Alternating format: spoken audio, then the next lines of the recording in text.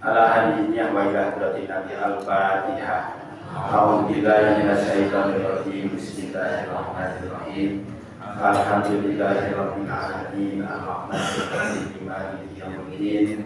Iyyaka na'budu wa iyyaka nasta'in. Ihdinas siratal mustaqim. Shiratal ladzina an'amta 'alaihim ghairil maghdubi 'alaihim waladdallin. Ikuti dulu kita berdoa. Bismillahirrahmanirrahim. Bismillahirrahmanirrahim.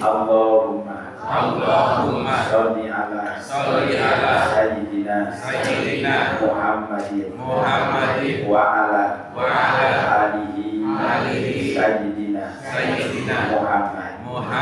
Allahumma inni a'udzu bika min ilmin la yanfa wa qalbin la yahsa wa min nafsin la tusbah wa min du'ain la yusma.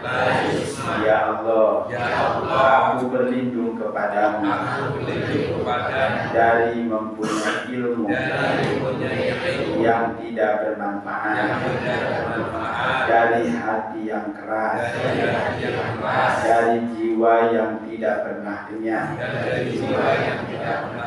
dan dari doa yang tidak dikabulkan.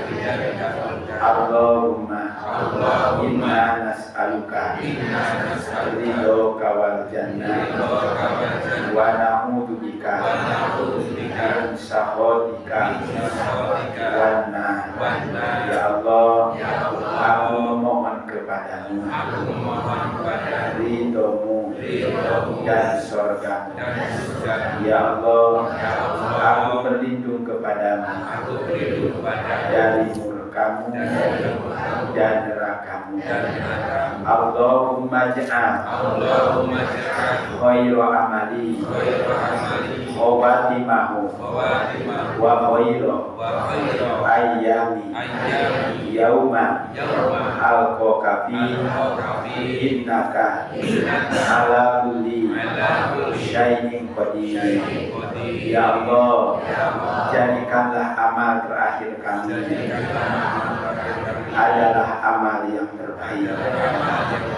Ya Allah, jadikanlah hari terakhir kami, hari kematian kami adalah hari yang terbaik.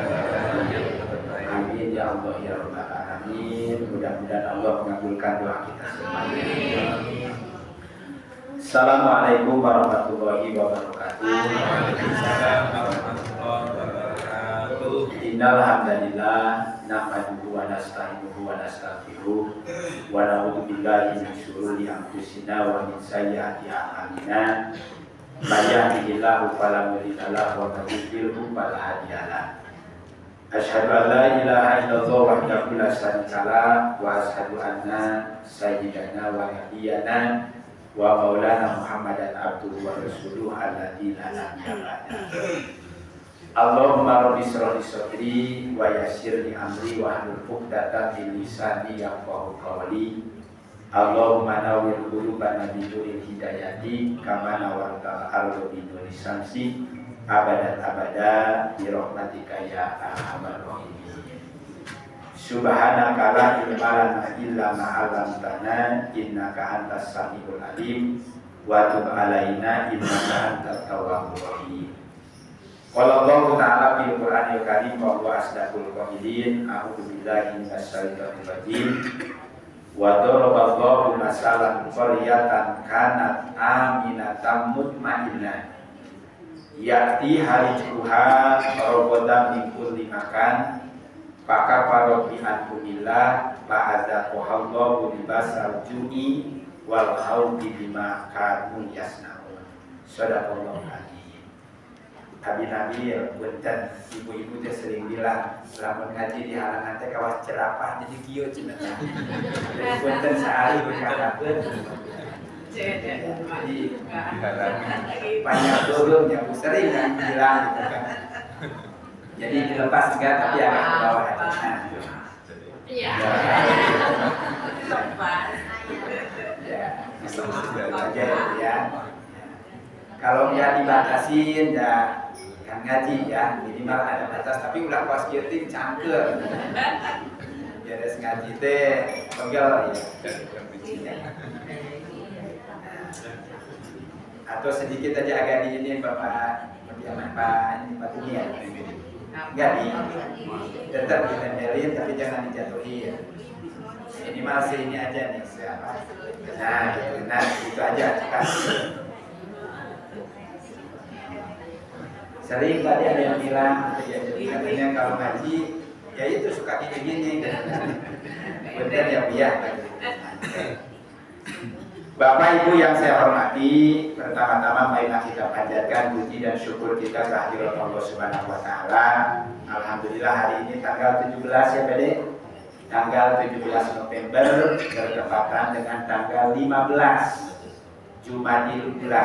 Kita sudah berada di pertengahan bulan Jumadil Ula. Coba kita hitung sama-sama Bapak Ibu. Jumadil Ula, Jumadil Tsani, Rojab, Syaban, Ramadan. Ya, betul ya Ustaz ya. Jumadil Ula tanggal 15, kemudian habis Jumadil Ula datang Jumadil Akhir atau Jumadil Tsani, kemudian Rajab, Syaban, Ramadan. Jadi kalau kita lihat hitungan kalender Februari akhir kita sudah memasuki bulan Ramadan. Akhir Februari awal bulan Ramadan. Ya, mudah-mudahan kita diberikan kesehatan, dan panjang umur kita sehingga kita bisa ketemu lagi dengan 3 bulan agung yaitu bulan Rajab, Syaban dan Ramadan. Pertama-tama marilah kita panjatkan puji dan syukur kita kehadirat Allah Subhanahu wa taala yang mana alhamdulillah sampai hari ini kita masih diberikan nikmat kesehatan, nikmat kesempatan. Ini adalah 2 nikmat yang tidak boleh terpisah Bapak Ibu ya.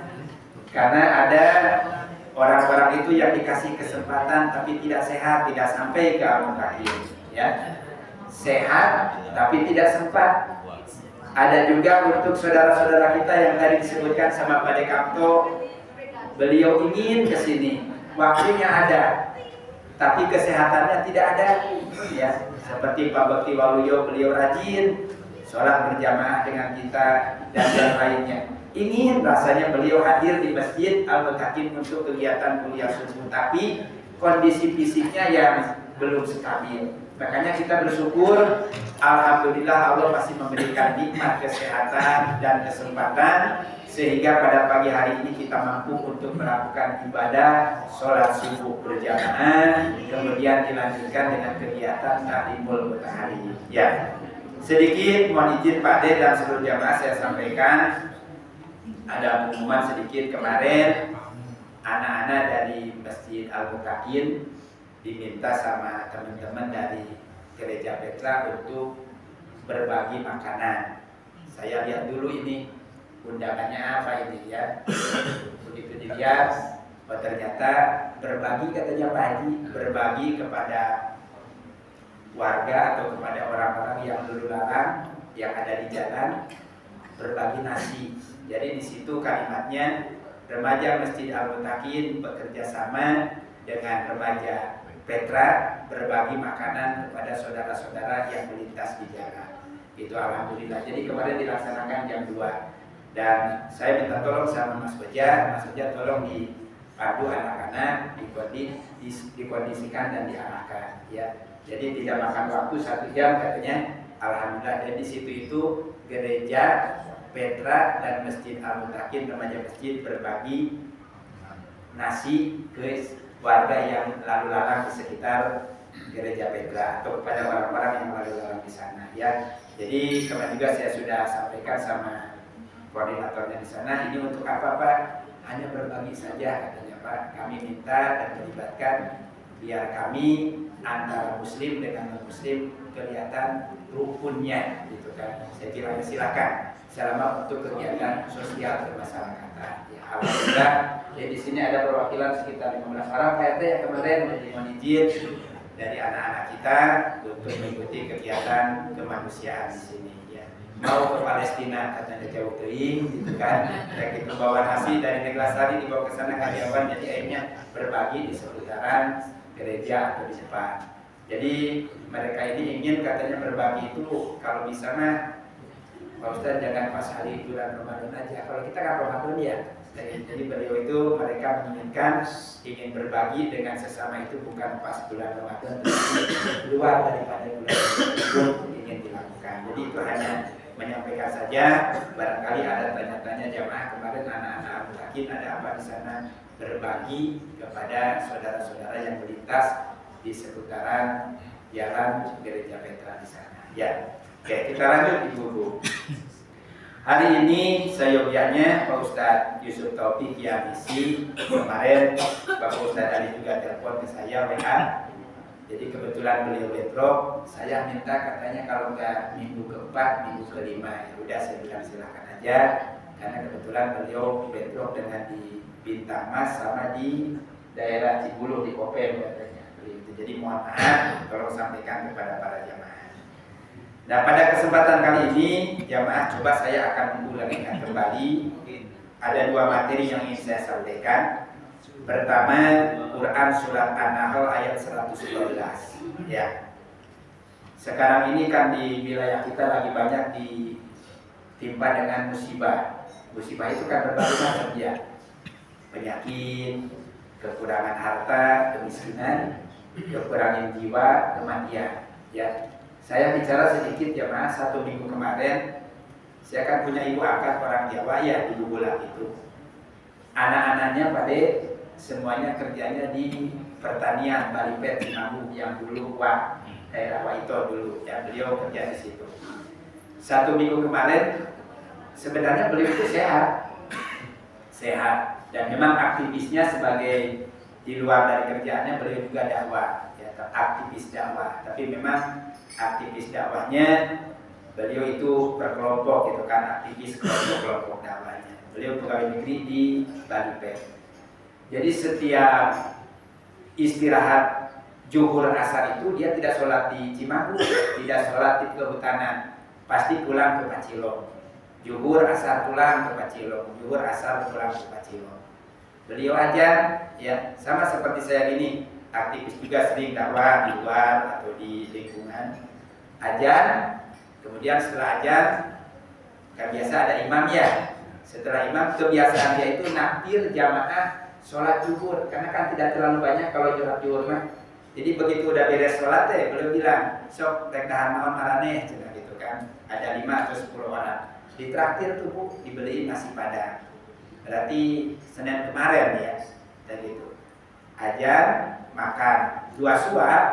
Dia bilang, aduh saya makan selop cenah, kerendelah nyender aja Pak, ya nyender, begitu udah nyender, udah nggak ngorok apa, meninggal aja, usianya 40 tahun, ya. Jadi kalau tidak salah, beliau itu anak bungsunya ibu angkat saya yang orang Solo di Bubulang itu. Dulu waktu saya diangkat jadi anaknya sama beliau, anak ibunya iri Paji beliau itu, irinya gimana? Ya saya kan bukan siapa-siapa. Datang ke situ dirawat jadi anak, ya pastilah anak bungsunya iri ya. Sampai dia itu pas mau nikah saya undang nggak datang, ya laki-laki Bu ya, nggak mau karena merasa dia posisi sebagai bungsu tersisihkan oleh saya. Padahal ibunya pada saat itu memang karena kasihan saya seperti mujair kapaihan ya kan, jadi tidak jelas siapa yang kasih makan, tidak jelas di mana tinggal, dirawat sama dia. Jadi udah sholat zuhur ngasih makan sama jamaah, dia juga ikut makan 2 suap, kemudian udah itu bilang sesat, istirahat, tidurnya untuk selama-lamanya. Dan yang paling bagusnya itu setelah memanggil orang untuk mengajar sholat. Masya Allah, di masjid meninggalnya Pak ya Bu. Cuma memang waktu ini bawa dulu ke rumah sakit salah kemarin itu untuk mengecek, kata istrinya ini mah belum mati katanya. Coba dicek dulu ke rumah sakit, ingin kepastian dari dokter. Tapi kata dokter bilang ini sudah meninggal pada saat masih di masjid, gitu ya. Ya benar tuh Pak De. Kan katanya kalau orang meninggal mali kiri mali kanan, kalau mali kanan berarti dia itu adalah tanda orang yang bahagia. Kan meninggalnya gini ya, dan dibalikin ke mali-balik, gitu ya. Terpisah gitu kan. Iya kan baliknya gini. Dibalikin gini nggak balik-balik Bu ya. Kan katanya orang yang sakaratul maut itu menghadap kiri, menghadap kanan. Kalau kanan dia senyum dengan semeringah wajahnya karena mempertandakan Allah memperlihatkan surga dan seluruh nikmatnya. Ketika ke kiri dia seperti orang yang ketakutan, bahkan tidak sedikit banyak orang yang mau meninggal itu sampai meneteskan air matanya dengan wajah yang ketakutan. Kenapa? Karena Allah memperlihatkan neraka dan seluruh siksaannya. Betul ini makanya mudah-mudahan aja husnul khotimah ya. Jadi kita juga kalau misalnya ingin meninggal di masjid ya berdoa ya. Tapi jangan sekarang ya, sekarang udah repot ya. Dan gitu. Ya Allah meninggalkan kami dalam keadaan husnul khotimah. Nah kemudian kemarin Ibu Sabtu sama. Jadi 1 minggu itu ada 2, 1 berarti saudara saya dari ibu angkat itu. Kemudian yang kedua itu adalah murid ngaji dulu, ya usianya tidak jauh beda sama saya. Dan dulu waktu saya bujangan itu didadari ngajar ngaji anak-anak udah SMP, SMA. Jadi usia 40 kemarin meninggal. Sama itu Bu, ya jam 9 tidur, jam 12 dibangunin masih ngorok, ternyata jam 1 sudah tidak ada. Padahal ngorok yang jam 12 itu bukan ngorok tidur, ngoroknya ngorok sakaratul maut. Makanya awas ibu-ibu kalau lagi tidur sama suaminya ngorok, dengerin, lihat, jangan-jangan ini adalah ngorok yang terakhir, ya, kayak gitu kan, lihat, gitu kan. Suami ditinggalkan kamu suaminya tidur, gitu, tinggalkan, dedengnya, itu ngorok tidur atau ngorok apa gitu. Kalau ngorok yang sudah mencurigakan, segera bangunin, ya, kayak gitu. Pak, jangan mati sekarang, gitu ya. Gitu ya. Makanya luar biasa ya Bapak. Banyak sekali sekarang kejadian orang yang meninggal itu tidak harus menunggu tua atau sakit dulu. Ya, itu adalah itibar buat kita semua. Ternyata kematian itu gening, tidak usah nunggu tua, tidak usah nunggu sakit, ya. Kapanpun dan dimanapun Allah bisa untuk mengambil nyawa kita. Oke, kita lanjut Bapak Ibu. Pada kesempatan kali ini saya akan menyampaikan 2 materi. Materi yang pertama tentang surat An-Nahl ayat 112. Kalau disimak dulu bacaannya. Allah berfirman, A'udzubillahi minasyaitonirrajim, wa daraballahu masalan qaryatan kanat aminatan mutmainnah. Dan Allah telah membuat suatu contoh dengan sebuah negeri, dengan sebuah kampung yang dahulunya aman, tentram, rezekinya melimpah ruah dari segenap tempat, dari segala arah. Fa'adza wa Allahu libasal ju'i wal haud fakafarat bi anumillah. Tetapi dari penduduk kaum itu atau tempat itu mereka mengingkari akan nikmat-nikmat Allah. Ya. Allah menciptakan dunia dan seluruh isinya. Ini dipersilahkan untuk orang-orang yang beriman. Kan begitu. Allah menciptakan laut, silahkan dicari hasilnya untuk yang iman. Allah menciptakan tanah, kemudian dari tanah itu keluarlah tumbuhan, padi, buah-buahan, sayur-sayuran, dipersilahkan untuk orang yang beriman.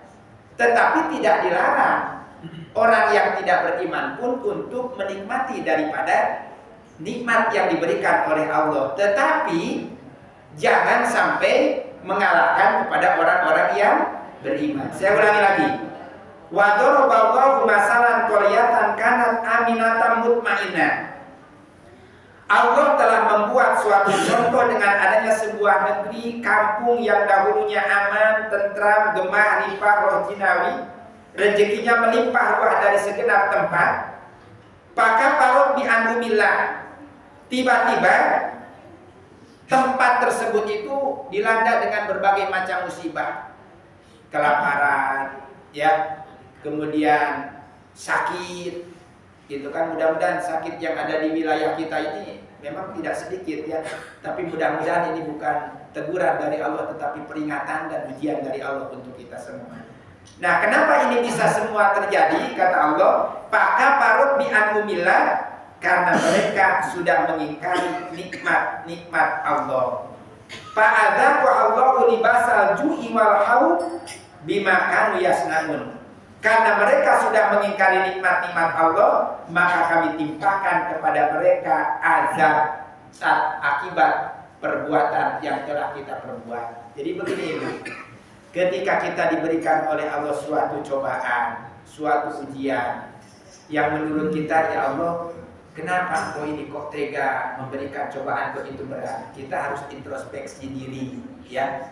Dengan adanya ujian yang diberikan oleh Allah kepada kita, musibah yang ditimpakan oleh Allah kepada kita, itu semata-mata bukan karena Allah zolim kepada kita, tetapi itu adalah ulah dari perbuatan kita sendiri. Dan saya sering menyampaikan begini jamaah, ketika dalam satu kaum, satu negeri, satu kampung ada kemaksiatan, kemudian tidak dilerainya, maka ketika Allah menimpakan musibah, Allah menimpakan bala, Allah menimpakan siksa, tidak dipilih orang yang berbuat maksiat saja.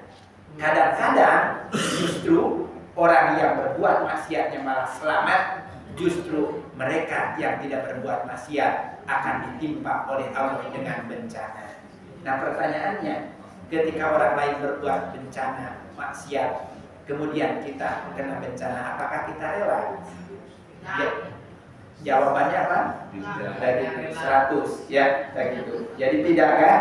Gitu ya. Ya ketika orang lain berbuat maksiat, kemudian kita yang tidak melakukan apapun kemudian kena daripada akibatnya, maka kita tidak rela. Nah, jadi kembali lagi surat An-Nahl ayat 112, bahwa musibah kemudian bala apabila ditimpakan oleh Allah kepada satu kaum, itu bukan berarti Allah zolim kepadanya, tetapi itu adalah ulah daripada tangan-tangan manusia itu sendiri. Makanya kan ada di dalam hadis yang disebutkan ya Bapak Ustaz Yaki, ketika kita melihat suatu kemungkaran, kalau kita punya power, kita larang dengan kekuatan kita. Man ra'a minkum munkaran falyughayyirhu biyadihi, fa illam yastati bilisani, fa illam yastati biqalbi wa huwa ad'aful iman. Ketika kita melihat suatu kemungkaran, kalau kita kuat, lerang dengan kekuatan kita, tidak kuat dengan nasihat, dan tidak kuat juga dengan membenci kemaksiatan itu, tetapi kata baginda Rasulullah, itu adalah bagian dari lemahnya iman. Jadi saya barangkali di sini menyampaikan kepada jamaah semua, ketika kita melihat suatu kemungkaran, kemaksiatan, tidak bisa berbicara, maka cukup dalam hati saja kita membenci dan meminta pertolongan kepada Allah. Semoga mereka-mereka yang berbuat kemaksiatan segera disadarkan dirinya oleh Allah Subhanahu wa Ta'ala. Jamaah sidang sholat subuh yang berbahagia, lanjut ke materi utama. Pada kesempatan kali ini saya akan coba menyampaikan ada beberapa nasihat tentang kubur, karena tadi saya menyampaikan dari awal tentang kematian.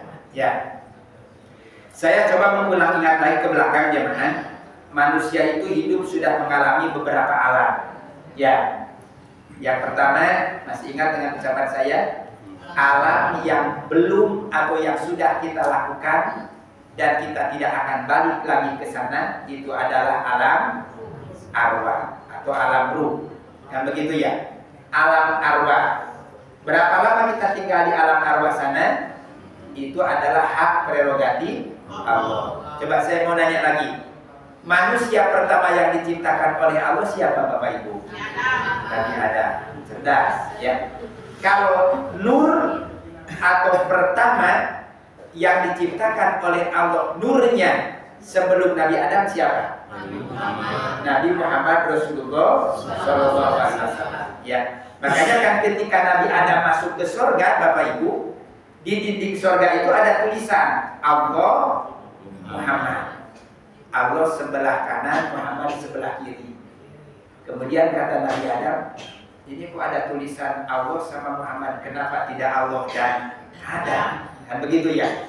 Karena pada saat itu makhluk pertama manusia itu adalah Adam. Kemudian kata Nabi Adam, ya Rob, kenapa yang bersanding dengan namamu itu bukan nama aku? Sedangkan aku ini adalah manusia pertama yang diciptakan oleh Allah. Kemudian kata Nabi Adam, siapa Muhammad ini wahai Rob? Allah berfirman, wahai Adam, sesungguhnya Muhammad ini jasadnya belum dibentuk dan belum dibikin oleh aku, kata Allah. Tetapi nurnya ribuan tahun, bahkan sebelum dunia ini dan semesta ini diciptakan oleh Allah, nurnya Muhammad sudah diciptakan oleh Allah terlebih dahulu. Bahkan Allah berjanji, kalau aku tidak menciptakan nur Muhammad, maka aku tidak akan menciptakan semesta dan seluruh isinya. Coba, jadi alam dunia ini dibentuk oleh Allah, dibuat oleh Allah, diciptakan oleh Allah karena adanya Muhammad. Kalau Muhammad tidak ada, maka aku tidak akan menciptakan bumi dan seluruh isinya. Makanya luar biasa Muhammad itu ya. Beliau adalah orang yang sangat dicintai oleh makhluk, bahkan Allah Sang Wali pun sangat mencintai akan nabinya. Bahkan kita lihat di dalam sejarah, ketika Allah menyuruh kepada malaikat Jibril untuk mencabut nyawa Muhammad, Allah berkatanya kan begini, wahai Jibril, kamu turun ke langit dunia, ambil nyawa kekasihku Muhammad. Bahasanya seperti itu. Jibril disuruh turun ke langit dunia untuk mengambil nyawa kekasih Muhammad Rasulullah Shallallahu Alaihi Wasallam. Makanya Muhammad itu adalah luar biasa. Kita lihat Bapak Ibu, ya. Ada 7 nasihat kubur yang perlu kita renungkan dalam setiap saat. Karena kita ini kan usia-usia kita ini bukan usia-usia muda lagi, ya. Jarang orang yang masuk kuliah subuh itu usia 15 tahun ke bawah, nggak ada, ya. Karena usia-usianya itu usia ada satu, ya, dan gitu. Alhamdulillah, udah gitu. Mudah-mudahan kalau udah lulus ya Neng, udah lulus, nyari kerja atau nyari jodoh. Nah, gitu. Kalau nyari jodoh, mudah-mudahan segera ketemu jodohnya, ya. Tapi kalau yang sudah mau didoakan, udah cukup, ya. Yang penting yang belum didoain, yang lulus SMK ya. Ya, gitu. Mudah-mudahan nyari kerja, ketemu kerjanya. Kalau nyari jodoh, mudah-mudahan datang jodohnya. Yang kaya, yang ganteng, yang soleh, didoakan ya. Karena ganteng bungkul, terkaya pada repot. Emang enggak ganteng kan enggak ya. Alhamdulillah. Rajin ngaji sama mama ya. Nah, gitu. Kita lihat tuh. Yang pertama, nasihat kubur itu, apa kata kubur? Aku adalah tempat yang paling gelap di antara tempat yang gelap, maka terangilah aku dengan tahajud. Itu ucapan kubur setiap saat. Punten di sini kan usia yang paling di bawah standar lah. Mas Ulul, Mas Depangga itu masih di bawah saya, ya belum 40. Saya 40 udah aja di situ, mati 40 gitu kan. Belum maju-maju dulu, ya. Kata kubur setiap saat itu kan, dia itu sering berteriak ke kita itu, cuma karena tidak kedengaran aja. Apa kata kubur? Aku adalah tempat yang paling gelap di antara yang gelap, maka terangilah aku dengan melaksanakan tahajud. Coba ibu mau nanya bapak, tadi ada yang tahajud berapa rakaat malam tadi? 2 rakaat, ya. Tambah atau nanti jangan cuma 2, ya, begitu. Minimal 4. Harus ada penambahan. Pula 2 aja start di situ, ya, gitu kan. 2 bisa tambah lagi 6, balik lagi ke awal, gitu kan. Tapi yang pasti, ibu, bapak, malam-malam itu jangan dilewatkan untuk tidur. Karena kalau kita sudah mati pun tidur untuk selamanya, ya. Dan gitu. Jadi jangan sampai malam itu dilewatkan untuk tidur. Pakai untuk mengingat Allah. Ustaz, saya kalau lagi halangan bagaimana? Silahkan ibu ambil air wudhu, tapi kan tidak boleh sholat, haram hukumnya. Ibu baca-baca aja. Kan memang kalau orang yang lagi halangan itu haram memegang Quran, haram membaca Al-Quran. Tetapi Al-Quran yang kita baca ketika ibu lagi halangan, anggap sebagai bacaan-bacaan zikir. Kan begitu?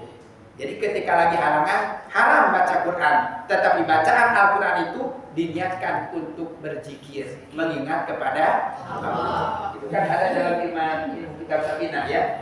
Orang yang halangan haram berapa, orang yang head haram berapa, orang yang nifas haram berapa, kan itu ada. Ulangi lagi. Jadi yang pertama jemaah, nasihat kata kubur itu, aku adalah tempat yang paling gelap di antara yang gelap, maka terangilah aku dengan tahajud. Wa minal laili fatahadzat bihi nafilatalah asa ayyab asaka rabbuka maqaman mahmuda. Sekarang kan jam 3 bangun. Saya itu kalau berangkat dari situ itu jam 3 itu udah bangun, Bu. Jam 3 mandi, jam 3 15 menit udah siap berangkat sampai ke sini 10 menit lagi gitu kan. Makanya waktu subuh sekarang lebih cepat. Nah, gitu ya. Apalagi di sana itu kalau sholat itu cepat pada kantor ya. Kalau di sana di masjid belakang itu, jadi lamun begitu udah azan itu mah mau ada yang sholat atau enggak komat gitu kan, gitu ya.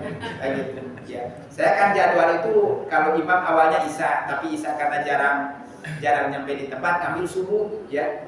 Subuh lamun kaberangan mah sampai cengeng sana imaman. Jadi gitu kalau subuh itu makanya si awal suka bilang, nggak cebok katanya cepet amat komatnya gitu kan ya. Jadi komat itu tidak nungguin, kita kan lumayan dengan nunggu ya sampai sholawatan bisa 5 menit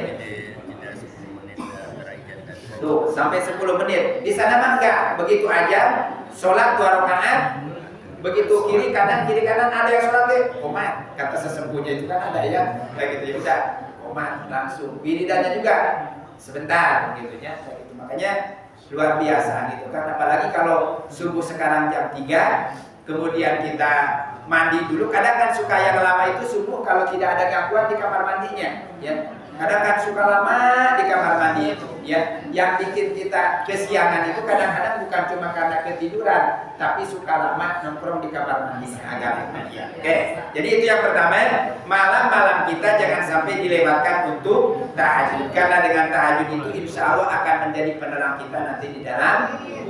Yang kedua jemaah, kata kubur, aku adalah tempat yang paling sempit, maka luaskanlah aku dengan bersilaturahim ya. Jadi rajin-rajinlah bersilaturahim. Inna silaturahmi tajidul umri wa tajidu rizki. Ya gitu, mohon izin. Jamaah yang ada di hadapan saya kan saya tidak kenal ini. Walaupun satu RW ya. Punten sama ibu yang di depan. Kenal wajahnya saya tapi tidak tahu di mana tinggalnya. Tapi tetap setiap 1 minggu sekali kita rutin di sini ya. Itu kan saya nggak tahu nama-nama ibu di sini siapa. Paling yang nama itu hanya beberapa orang, tapi karena kita sering ketemu, sering melihat wajahnya, maka dimanapun kita ada, pasti kita akan saling tegur sapa. Makanya pantas kata kubur juga berkata, aku adalah tempat yang paling sempit, maka luaskanlah aku dengan banyak bersilaturahim. Orang yang silaturahim itu kan dijamin oleh Allah 2. 1 umurnya panjang, yang kedua rezekinya dimuliakan. Ya, makanya ibu-ibu mah begitu datang langsung dikasih minum kan sama abang. Ya, nah tujuannya itu bukan apa-apa ibu, karena ibu-ibu suka pulang duluan. Jadi begitu masuk dikasih minum, jangan didiemin, diminum. Ya, abang itu kan dari jam berapa? Dari semalam itu beliau ngerebus air, ya, pakai gula, ingin diminum. Kalau misalnya nyuci, punten ini mah. Kalau lagi nyuci kemudian gelasnya masih utuh, sedih yang masak itu. Coba ibu masak untuk suami. Ketika tidak dimakan oleh suami, ibu kesel nggak? Ya. Nyawa-nyawa dia mau masak air gitu ya. Sama. Jadi saya mohon sama ibu ya, makanya beliau begitu ngakalinya. Pokoknya kalau ibu-ibu mah kita kasih minumnya lebih dulu. Kenapa cekeng bang? Karena taruh diminum. Makanya punten minuman yang ada di hadapan ibu minum. Tapi gelasnya mah jangan dibawa, ya. Minumannya aja gitu ya. Saya ingat dulu ibu waktu di pondok itu, kalau guru kan kalau habis ngaji teh suka gini ya Pak Ustadz Ali ya, rebutan. Padahal itu guru saya itu kan udah sepuh ya. Kalau ngerokoknya itu kandung kawung, gitu kan, yang dari aren itu bako gitu kan. Kalau dicium ini kan aromanya tercium, dicium bakonya itu rebutan. Sampai diladut-ladut gelasnya itu. Saya bilang, kenapa diladut-ladut itu? Ngalah berkah gitu. Nah, kita dikasih minum ini kan berkah. Jadi jangan sampai tidak diminum. Kita cek Bang, kalau sampai nanti ada yang kosong berarti itu tidak diminum. Ya. Jadi mohon diminum ya Bu biar berkah. Ibu masih ingat dulu ada anak ajaib Ponari? Ingat ya? Yang dari Jawa Timur yang punya batu dicelupin itu kan sampai rebutan ya. Ngambil apanya itu berkahnya gitu kan, sampai digendong-gendong nggak tahu kemana tuh si penari sekarang masih hidup atau enggak ya. Kita datang dari rumah ke sini ngaji berkah ibu. Semua yang ada di majlis ini ketika ibu makan, ketika ibu minum, insya Allah akan menjadi obat dan berkah bagi diri kita. Di sini ada Bude ya Bude Ngadianto, alhamdulillah sudah 2 minggu ya Ade, alhamdulillah. udah berangkat dari sana, gimana keadaan di sana? Kan luar biasa ya. Udah gitu beres ibadah, minum air jam-jam, bukan cuma sekedar jam-jam, keberkahannya ya. Terima kasih Bude, kami sudah didoakan. Mudah-mudahan Al-Mutakin nanti bisa rame-rame untuk melaksanakan ibadah. Dan alhamdulillah setiap tahun di warga RT 3 banyak yang melaksanakan ibadah. Nikmat ya Bunda ya, ibadah di sana, kemudian begitu balik lagi ke sini, maka insya Allah kita lebih bisa meningkatkan lagi. Ya, terima kasih Bunda doanya. Ya, kita lanjut. Jadi yang kedua tadi saya sampaikan, kubur adalah tempat yang paling sempit, maka luaskanlah kuburan itu dengan bersilaturahmi. Silaturahmi akan memanjangkan umur dan mempermudah rezeki. Kita lanjut. Yang ketiga Ibu Bapak. Yang ketiga, kata kubur ini, aku adalah tempat yang paling sepi, maka ramaikanlah aku dan perbanyaklah aku dengan membaca Al-Quran. Awas Bapak Ibu ya. Jadi di kuburan itu sepi, makanya coba punten. Ibu coba dicek atau ditonton video malam pertama di dalam kubur, walaupun itu barangkali belum beneran, tapi kan keeng rasanya itu ya. Kita waktu hidup diriung-riung sama anak cucu, begitu kita sudah mati tetap kan gilirannya masih gitu ya, kayak gitu sepi, hening ya. Saya juga kadang-kadang tidak bisa membayangkan bagaimana nanti kalau saya masuk ke kubur itu ya, kayak gitu kan, jauh dari saudara, jauh dari suami, jauh dari istri, jauh dari anak. Anaknya banyak juga tidak ada, jangankan sampai ikut ke liang lahat gitu ya, disuruh mandiin juga kadang-kadang pada nggak mau. Saya belum pernah lihat, barangkali ada satu dua ya, belum pernah lihat ketika ada keluarga yang meninggal anaknya siap untuk memandikan orang tuanya. Nggak ada. Abdul menyerahkan saja sama Amil, padahal lain Abdul itu bisa ya, satu itu bisa kan dua pun. Dan kadang-kadang kan ketika ada yang meninggal, untuk membuka tutup wajahnya juga jangan orang lain, keluarganya sendiri, bahkan anaknya sendiri, sampai ngadek-dek gitu tadi ya, tadi itu gegemeun, lilinian gitu ya.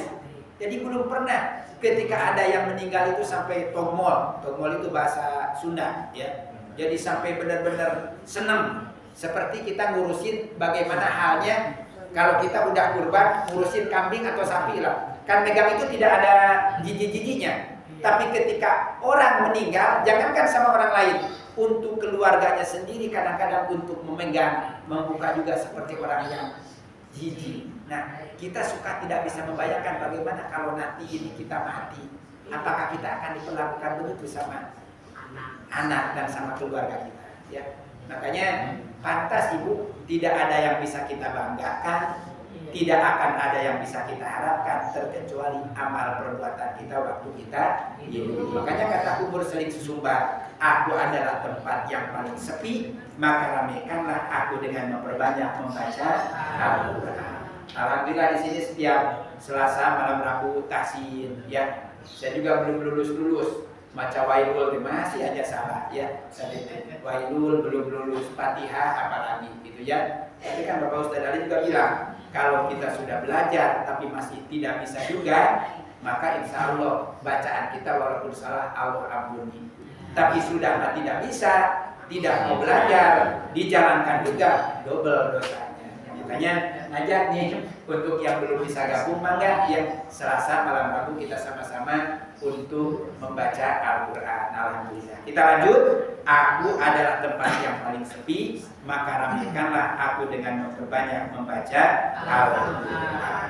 Ya, Al-Quran itu akan menjadi teman dan penghibur kita nanti di dalam kubur. Kita lanjut.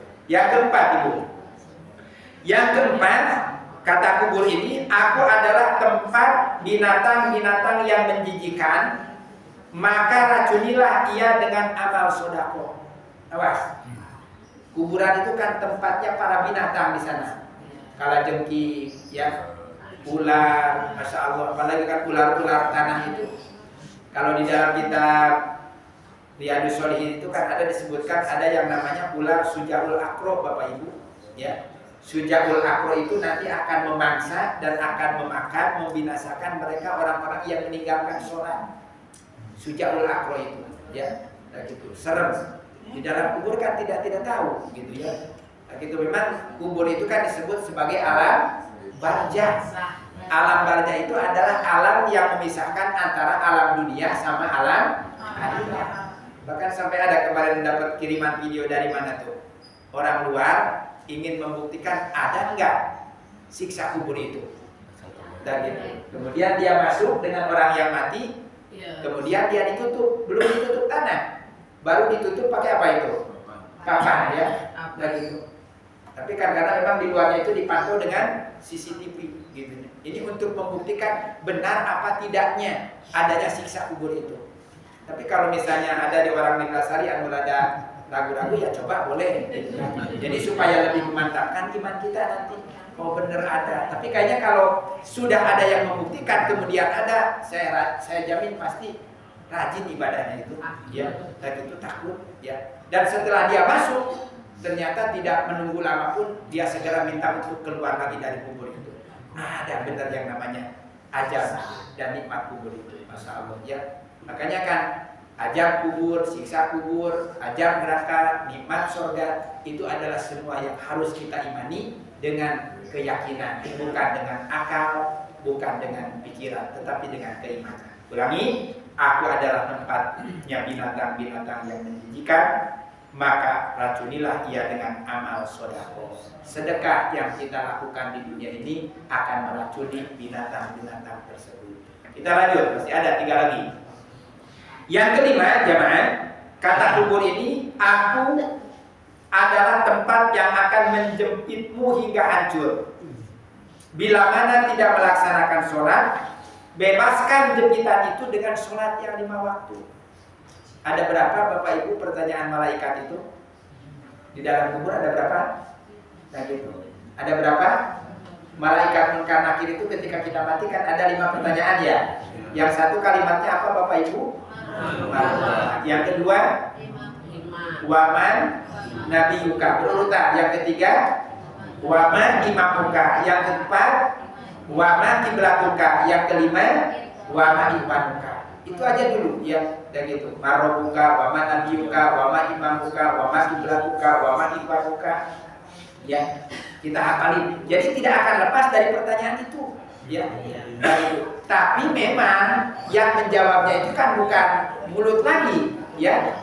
Tetapi yang akan menjawab itu adalah amal perbuatan kita. Nah, di sini dikatakan kata kubur itu, aku adalah tempat yang akan menjepitmu hingga hancur. Maka luaskanlah aku dengan memperbanyak sholat, khususnya sholat yang 5 waktu. Jangan sampai ditinggalkan. Ya, marobuka, Tuhanmu siapa, waman nabiyuka, nabimu siapa. Ya, kalau kita rajin melakukan ibadah sholat yang 5 waktu, rajin beramal soleh, maka dengan sendirinya jawaban itu akan kita mudah untuk menjawabnya. Lanjut, yang keenam, aku adalah tempat untuk merendammu dengan cairan yang sangat amat sakit. Bebaskan rendaman itu dengan puasa. Ya, kan sampai-sampai ada kisahnya seorang ulama yang meninggal, ternyata begitu dibongkar darah penuh kuburannya itu dengan darah campur nanah. Itu teh ustaz, ulama, ya, pemimpin. Makanya kan saya sering menyampaikan begini Ibu, ketika Ibu melakukan satu dosa, boleh jadi Ibu hanya diganjar dengan 1 ganjaran. Tetapi kalau seorang ustaz, orang yang paham agama melakukan 1 kesalahan, double siksaannya. Bahkan katanya nanti para ulama-ulama yang ketika di dunia dia ngomong A, ternyata dia melakukannya B, antara ucapannya tidak sesuai dengan apa yang dia omongkan, maka akan dikeluarkan ususnya itu di neraka dengan dipuntir dengan penuh rasa kesakitan. Mencegah bahasa ulama, tuman ya ngomong A tapi berkelakuan B. Makanya kadang-kadang Bapak Ustadz Ali, Bapak Pantoni, ya kita ini kadang-kadang sering, ya Allah jangan sampai apa yang kita ucapkan tidak sesuai dengan apa yang kita amalkan. Ya, karena siksaannya itu akan lebih berat daripada jamaah yang mendengarkan. Ya, oke. Dan yang terakhir, ya kata kubur, aku adalah tempat munkar dan nakir bertanya, maka persiapkanlah jawabanmu dengan berbanyak mengucapkan kalimat la ilaha illallah. Man qala la ilaha illallah dakhala dan barang siapa yang mati ketika sakaratul maut, ruh keluar dari jasad, sempat mengucapkan kalimat la ilaha illallah, sudah dijamin orang itu masuk ke dalam surga. Coba saya mau nanya, di Neglasari yang ketika mau mati bisa mengucapkan kalimat la ilaha illallah sudah ada berapa orang?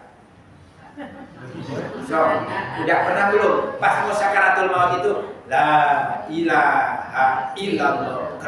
Sudah pernah lihat atau belum? Belum. Kita gitu kan, kalau di sinetron ada ya.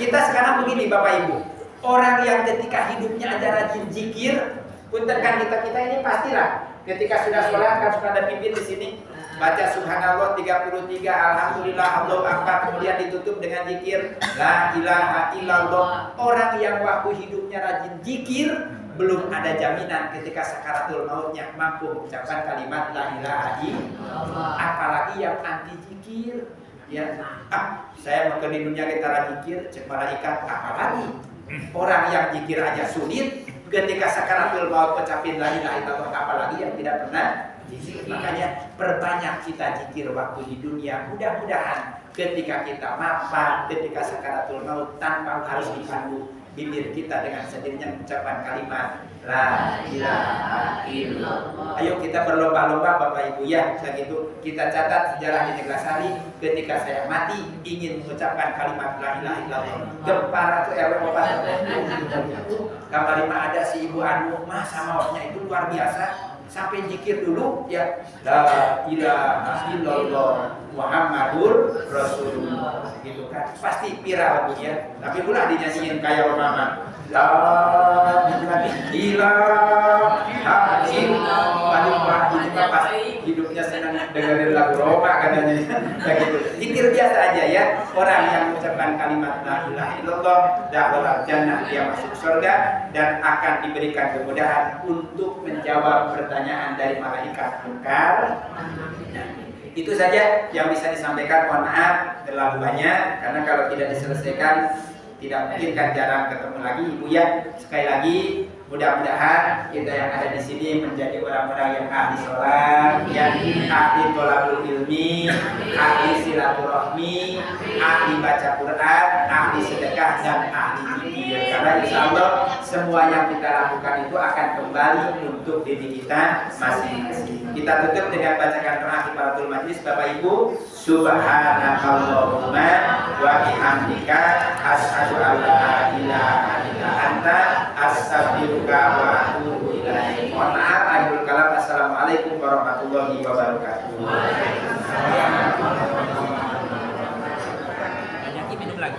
Alhamdulillah ya